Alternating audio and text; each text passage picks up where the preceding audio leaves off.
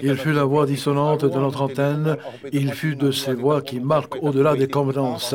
Isidore Tuyani, qui avait choisi comme pseudonyme Arioehau, le roi du divertissement, comme pour marquer cette différence, attirer sa révérence. En 1995, RFO Polynésie est à la recherche de son animateur du Forêt Midi, l'ancêtre du Forêt Maru. Auprès d'Étienne Rapoto, il fait alors son entrée dans le milieu très sélect de la télé, déjà dominé par une figure de proue, Mario Brothers. Les deux poids lourds ne s'affronteront jamais car chacun connaissant les qualités de l'autre, les Reo Maru n'avaient pas besoin de cela. Ils sont tous les deux issus de la radio et se sont adaptés très facilement à la télé, c'est la griffe des grands.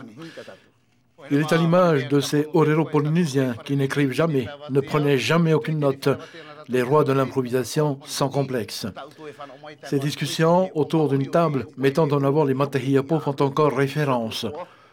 Formé à la déclamation traditionnelle sous Makotewane, Isidore en fera sa marque de fabrique, doublée de cette expérience inimitable de tirer quelque chose de ses vis-à-vis d'âge respectables.